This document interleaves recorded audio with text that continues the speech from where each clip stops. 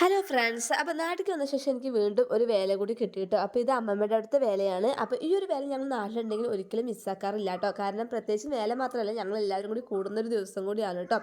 ഈ ഒരു വേല എന്ന് പറഞ്ഞാൽ ശരിക്കും പറഞ്ഞാൽ കുറേ അധികം ഓർമ്മകളാണ്. അതുപോലെ തന്നെ കൂടെ പഠിച്ചതിനൊക്കെ ഞാൻ കൂടുതലും കാണുന്നത് ഈ ഒരു വേലയ്ക്കായിരിക്കും കേട്ടോ.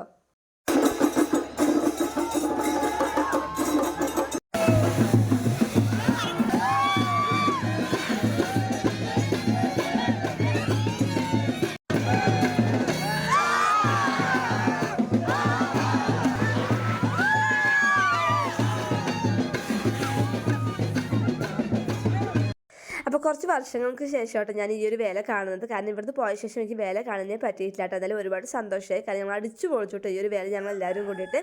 അങ്ങനെ എനിക്ക് 2 വേലയാണ് കേട്ടോ നാട്ടിലേക്ക് വന്ന ശേഷം കാണാൻ പറ്റിയത്.